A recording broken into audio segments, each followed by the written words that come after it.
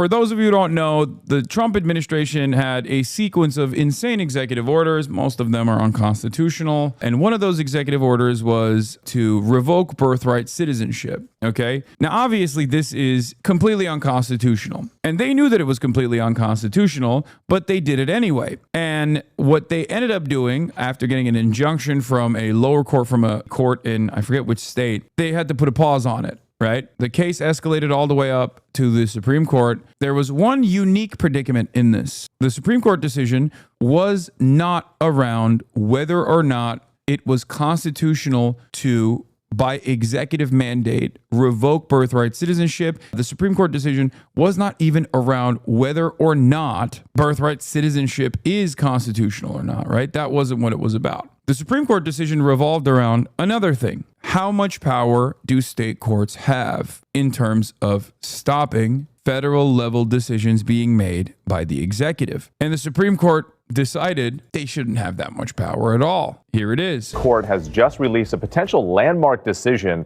impacting the future of birthright citizenship in the U.S. The justices were asked to roll back nationwide injunctions against the president's attempt to redefine the 14th Amendment, which states that anyone born in the U.S. is automatically a U.S. citizen, regardless of their parents' citizenship status. It's been in place for more than 150 years. But now, in a 6-3 split, the conservative majority ruled that President Trump can move forward with implementing his birthright citizenship change, except for those who brought the case, the 22 states and a group of pregnant immigrant women who brought that case. So it's not directly getting at the 14th Amendment here, but this will have a nationwide impact. What's interesting about this decision is that you don't make these kind of moves because the Supreme Court is obviously ideologically captured, right? And they work in a partisan manner. Like, they sometimes decide against the Trump administration, but I think all of those decisions come down to upholding the legitimacy of the court to a certain degree, while simultaneously making important decisions like this one that will be truly impactful, truly beneficial to the Trump project overall. Maybe I'm misunderstanding this. Like, I'm not exactly a constitutional law scholar. I actually have a unique theory. I think it's all bullshit. The way I see this is like, this is the kind of initiative you take only when you suspect that your movement is never going to lose power, which I think is ominous. I think this is the kind of moves that you make when you don't think that the opposition party will ever come into power, or at least you're operating on the knowledge that the opposition party is simply a controlled opposition party, and therefore they will never take advantage of this. What do I mean by this? Going forward, let's say in the future where we still do have democracy, in a hypothetical tomorrow where we still have democracy, right? Elections take place, Democrats win.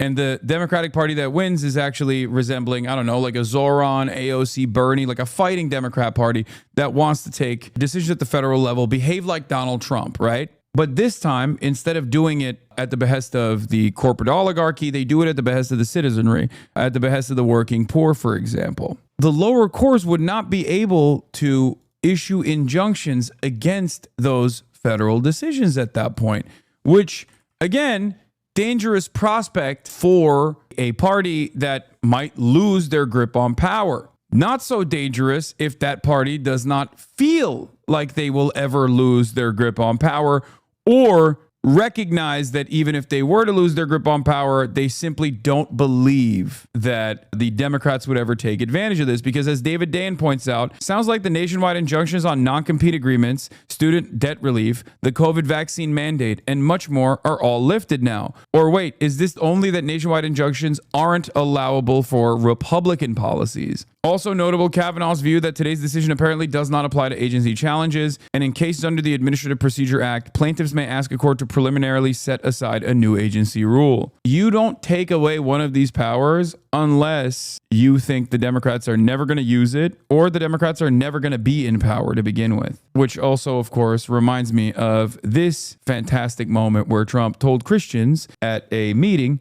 that they won't have to vote again after this one election. He was just like, just vote for me one last time, and then y'all are good. Y'all are good forever. Just this one time, boys. I promise. just this one time and then you're good. But at this point, the court is really weighing in on the ability of individual judges in districts around the country to block a president's action nationwide. And what Justice Barrett said today is that an individual federal court judge does not have that authority to broadly block a president.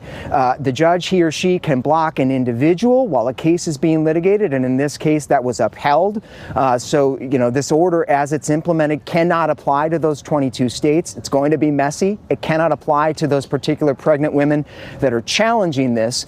But elsewhere in the country, and at the very least in the planning stages, the president can move forward, and that is a significant and surprising win for him. What the is the point of the union if every federal law is up to the states? I mean, in a weird way, this simultaneously takes away power from lower courts, so it takes away state power, but it also, in the future, could take away federal power depending on who or depending on what the decision is. Because, now you can't have lower courts make injunctions that pertain to nationwide issues. You can't have a lower court stop the executive order or the things that may come from an executive order unless it's up to an individual, I guess, unless it's directly impacting an individual. But it's also simultaneously, in the inverse, it simultaneously gives more power to the executive office if there is ever a Democrat in charge.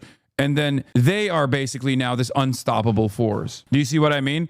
Which is why I said it seems strange to do this unless you personally think you will either A, never worry about the Democrats taking advantage of this, or B, never have to worry about Democrats winning an election ever again. Ryan Grimm says this Supreme Court birthright ruling is more chaos for Social Security to handle. Now when a baby is born, depending on where it's born, the process for getting Social Security number won't be simple and automatic. Nightmare of chaos for new parents will follow. Does this also mean that anything doesn't receive a hearing by the Supreme Court cannot bind the federal government? I mean, lower courts still matter. It just doesn't matter to the same degree. It purports to remove forum shopping in trying to get nationwide injunctions, but allows each district to interpret the Constitution in their own way, which in turn will create undue chaos and burden on the system, breaking it whole. I don't know what happens to the federal government here. I don't know what happens to the lower court system here. Do they just preside over their individual districts? America is a nation divided of just whatever the jurisdiction, the judicial jurisdiction is, where you just have this weird balkanization of courts where in some places you're under a totally different banner and a totally different set of rules, whereas in other federal court districts you have a totally different set of rules. It goes even beyond states. Nationwide injunctions have been a seminal tool for the Federal Society to legislate the conservative agenda for decades because they know the Republican cannot maintain popularity indefinitely. The fact that they are willing to do away with this power signals they are moving into a new phase of the master plan in which they are beyond worrying about insurances against electoral uncertainty. That is why I'm saying this is a terrifying decision. You only make a decision like this if you don't foresee yourself losing the grip of power at the federal level ever. Or even if you, in the off chance, lose that grip of power at the federal level, you have 100% confidence that your opposition is not actually going to use this to their advantage in the same way that you have to advance your desires, to advance your legislative agenda by executive mandate. That's why I think it's a strange decision, because injunctions have been utilized by the Republicans in perpetuity as well when Democrats are in charge. Do you see what I'm saying? These judges have attempted to dictate the law for the entire nation. In practice, this meant that if any one of the nearly 700 federal judges disagreed with the policy of a duly elected president of the United States, he or she could block that policy from going into effect or at least delay it for many years, tie it up in the court system. Doesn't this also kind of give more power and importance to the Supreme Court as well, turning it into the only court that can make impactful decisions at the federal level? And it's also obviously notoriously much slower than a number of different lower courts that you could go to issue injunctions. And it's also completely ideologically captured by this president. And considering the demographic makeup of the court, it seemingly will maintain that power and maintain that slant for quite a while. I feel like it's very cooked overall. This was a colossal abuse of power which never occurred in American history, folks, prior to recent decades. Not good. Don't like and it. We've been hit with more nationwide injunctions than were issued in the entire 20th century. No, it gives way more power to the executive. He's basically saying you need to front the money and lawyers to challenge illegal orders. Wait long enough for it to reach the Supreme Court. No, that's what I'm saying. No, I know. It gives tremendous power to the executive. It makes it infinitely harder to fight back against. And also, it adds a timeline on this that otherwise would be much faster, while simultaneously removing the power of injunction from lower courts and giving the only power to the Supreme Court, which once again is, at least in our lifetimes, most likely going to continue being slanted in a right-wing supermajority. A lot of things would have to go super well for the Democrats. The Democrats would have to dramatically change their outlook. They would have to fight fairly hard to change the system, and maybe even like add new Supreme Court justices to the bench, like take the number up from 9 in an effort to somehow change the ideological makeup of the Supreme Court. Like, none of those things are going to happen, especially with this party that we have in our hands. We can now promptly file to proceed with numerous policies that have been wrongly enjoined on a nationwide basis. And some of the cases we're talking about would be ending birthright citizenship, which now comes to the fore. That was meant for the babies of slaves. It wasn't meant for people trying to scam the system and come into the country on a vacation. That's literally wrong. That is what it is. Like, that's what it is. That's why it's birthright. You're wrong. That's one attitude that people have because they want to dismantle birthright citizenship, but that hasn't held up in the courts. This isn't the first time people have tried to change birthright citizenship, and the courts have upheld birthright exactly as the opposite of what he's presenting. Now, that might change in the future, depending on, again, how right-wing, how white nativist we've become. But ultimately, Donald Trump's assessment here is just incorrect. It's very possible that nothing has changed regarding nationwide injunctions on birthright citizenship. While the court broadly limited nationwide injunctions, it said states may be entitled to them if it's necessary for complete relief. 2 of the birthright cases were brought by states who argued they needed nationwide relief because patchwork citizenship rules would be devastating when people move from state to state. If district courts agree, then the nationwide injunctions will remain in place. But even then, don't you have to file it everywhere? Like, what happens to a birthright American citizen born in, let's say, California, where birthright is protected, when they go from the state of California to, let's say, the state of Texas, where in this world there isn't an injunction, and therefore your birthright citizenship is rendered useless? What happens to Social Security, which is a federal process? Like, what do you do in that situation? Do you get deported back to California? None of this makes sense. This doesn't just give tremendous power to the executive office. This also kind of bricks the entire federal system. It depends. In this hypothetical, are they white? Let's say they're not white. Also, what happens to interstate commerce? What happens to travel from one state to the next? Like, if you're not surrounded by blue states, are you simply not allowed to travel by car to a different state because you're fearful that they might just ship you to CCOT? What happens to a truck driver who was born in one of these birthright states but is not protected now because there are some states where you are now considered an illegal citizen? Do you understand? Do you understand how stupid this is? Like, it doesn't make any sense. Just off of the birthright citizenship thing that we're talking about, just off of birthright citizenship, constitutionally protected. Americans are finally getting what they voted for. No longer will we have rogue judges striking down President Trump's policies across the entire nation. No longer. Today, in the 6-3 opinion, Justice Barrett correctly holds that the district court lacks authority to enter nationwide or universal injunctions. These lawless injunctions gave relief to everyone in the world instead of the parties before the court. As the Supreme Court held today, they turned district courts into the imperial judiciary. Active liberal judges have used these injunctions. Like, the reason why this exists, in theory, is so that the lower courts could expeditiously protect citizens and not create this legal limbo, right? Not create a structure where people are left unprotected, where people have to get together, figure out what kind of harm that might come about, illegal and unconstitutional decisions that the executive orders are creating to create a class action lawsuit and then try to go to every court in the nation and protect themselves that way with the hopes that all of those court cases will protect them at the end of this long, convoluted, and expensive process. I don't understand what makes America look like, if that makes sense. Like, I don't know what America looks like going forward. I don't know what the American legal system looks like going forward. Like, we're just basically hoping that the administration that has routinely done illegal things and routinely overstepped the amount of power that the executive office is supposed to have,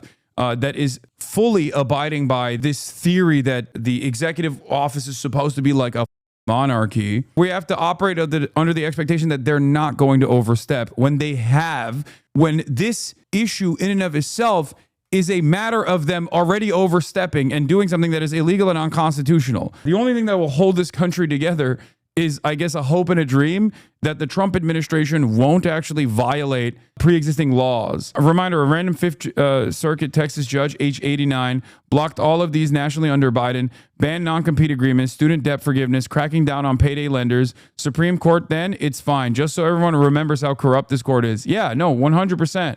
That's why I'm saying this is terrifying, because you only make this decision if you think that either A, the Democrats will never come back into power because there might not be another election ever again, or when they do come back into power, they're not going to do this. They're not going to do anything like this. They're not going to use the additional power that they have to help the working poor somehow. To block virtually all of President Trump's policies. To put this in perspective, there are 94 federal judicial districts. 5 of those districts throughout this country held 35 of the nationwide injunctions. Think about that. 94 districts, and 35 out of the 40 opinions with nationwide injunctions came from 5 liberal districts in this country. No longer. No longer. These injunctions have blocked our policies, from tariffs to military readiness to immigration to foreign affairs, fraud, abuse, and many other issues. The judges have tried to seize the executive branch's power. Like, this is literally how it works. This is how the courts work. There are obviously red districts with red judges. That's why people do judge shopping. That's why people go to different districts. This is how it's always worked. When a Democrat's in power and they make national decisions such as this one, you have Republican districts with Republican judges who issue injunctions to stop it. And when Trump is in charge, you have liberal judges in Democratic districts that stop that as well. It's this weird balancing act. Trump is just tossing that aside. He's just like, nah, no more of this, which is basically supposed to shred the power that lower courts have. And you only do that if you have an idea that, like, you aren't going to lose your grip on power. Here's Lolo's proposal to get you to better understand, like, how much power the Democrats would have.